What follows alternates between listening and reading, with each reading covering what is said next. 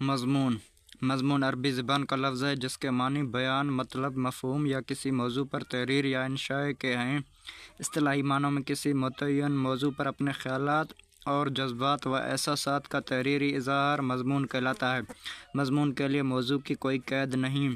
حفیظ صدیقی اصناف ادب میں لکھتے ہیں، مضمون ایک ایسی عام اصطلاح ہے جس کی حدود میں ثنائی مضمون، تحقیقی مقالہ، حتیٰ کہ اخبار کا مقالہ افتتاحیہ بھی شامل ہو جاتا ہے۔ ڈکشنری آف لٹریری ٹرمز میں مضمون کی تعریف یوں درج ہے: A short literary composition on a particular theme or topic, usually in prose and generally thoughtful and interpretative. The type of writing is devoted to the presentation of the writer's own idea and generally addressed a particular aspect of the subject. مضمون سادہ انداز میں خارجی معلومات کو جذب و قلب کے ساتھ لکھنے کا نام ہے۔ گویا عام معلوماتی تحریریں جو نہ افسانہ ہوں نہ انشائیہ کہلاتی ہوں اس کی ذیل میں شمار ہوتی ہیں۔ اس کے دائرہ کار میں علمی، مذہبی، نفسیاتی، عمرانی، تاریخی، سائنسی غرض دنیا کا ہر ایک موضوع آ جاتا ہے۔ اسی وجہ سے ہم اس تحریر کو مضمون کہتے ہیں جس میں کسی متعین موضوع پر اپنے خیالات و احساسات کا اظہار کیا گیا ہے۔ مختصر یہ کہ جو تحریریں خواہ وہ کسی بھی موضوع پر وہ اپنے اندر ادبیات کی خوبی رکھتی ہوں مضمون کہلائے گی۔ مضمون کی بالعموم ایک خاص ترتیب ہوتی ہے۔ سب سے پہلے مسئلے کا تعارف کروایا جاتا ہے، پھر اس کی حمایت یا مخالفت میں دلائل دیے جاتے ہیں اور آخر میں نتیجہ پیش کیا جاتا ہے۔ بعض مضامین تاثراتی ہوتے ہیں، ان میں ایسی ترتیب اور دلائل کی ضرورت نہیں ہوتی۔ البتہ ہر مضمون کے لیے نظم و ضبط اور توازن ضروری ہے۔ مضمون نہایت ہی وسیع صنف ادب ہے کیونکہ موضوع کے لحاظ سے اسے حد میں مقید نہیں کیا جا سکتا۔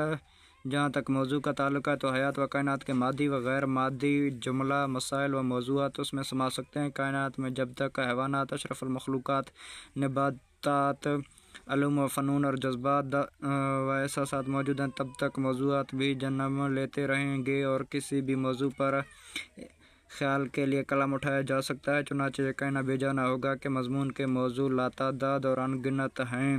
اردو میں سب سے پہلے مضمون نگار سر سید احمد خان ہیں۔ انہوں نے مذہبی، سیاسی، ادبی، علمی، معاشرتی، تاریخی، فلسفیانہ اور دیگر موضوعات پر بکثرت لکھ کر اپنے ہمعصر ادیبوں کو ایک نیا راستہ دکھایا۔ ان کے رسالے تہذیب الاخلاق نے مضمون نویسی کی ترویج و ترقی میں اہم کردار ادا کیا ہے۔ سر سید احمد خان کے رفقائے میں حالی شبلی، محسن الملک، مولوی نذیر احمد، وقار الملک اور چراغ حسن حسرت وغیرہ نے معیاری مضامین کا ایک وسیع ذخیرہ چھوڑا ہے۔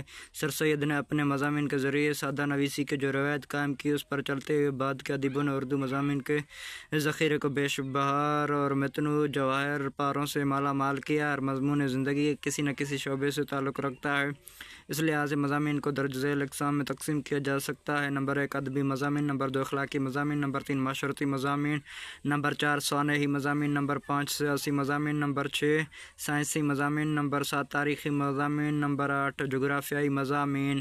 ادبی مضامین: ان مضامین کا موضوع ادب کے حوالے سے ہوتا ہے، مثلاً اردو غزل کا ارتقاء، دلی کا دبستان شاعری وغیرہ۔ اخلاقی مضامین: یہ مضامین اخلاقیات کے حوالے سے ہوتے ہیں، مثلاً سچائی، ہمدردی یا عدل و انصاف وغیرہ۔ معاشرتی مضامین: معاشرے کے حوالے سے موضوعات اس میں شامل ہوتے ہیں، مثلاً جہیز ایک لعنت ہے اور منشیات کا تدارک وغیرہ۔ ثنائی مضامین: یہ خاص کی زندگی کے متعلق ہوتے ہیں، مثلاً قائد اعظم اور علامہ اقبال وغیرہ۔ سیاسی مضامین: ان میں ملکی اور بین الاقوامی سیاست کے حوالے سے موضوع ہوتے ہیں، مثلاً جمہوریت، جنوبی ایشیا کے ممالک کی اہمیت وغیرہ۔ سائنسی مضامین: ماحولیات کے حوالے سے یا نئی سائنسی ایجادات کے حوالے سے موضوع ہوتے ہیں، مثلاً ماحولیاتی آلودگی اور بجھتا ہوا سورج وغیرہ۔ تاریخی مضامین: اس میں تاریخ کے حوالے سے موضوع ہوتے ہیں، مثلاً اکبری عہد کا ہندوستان، سلطنت غلاماں وغیرہ۔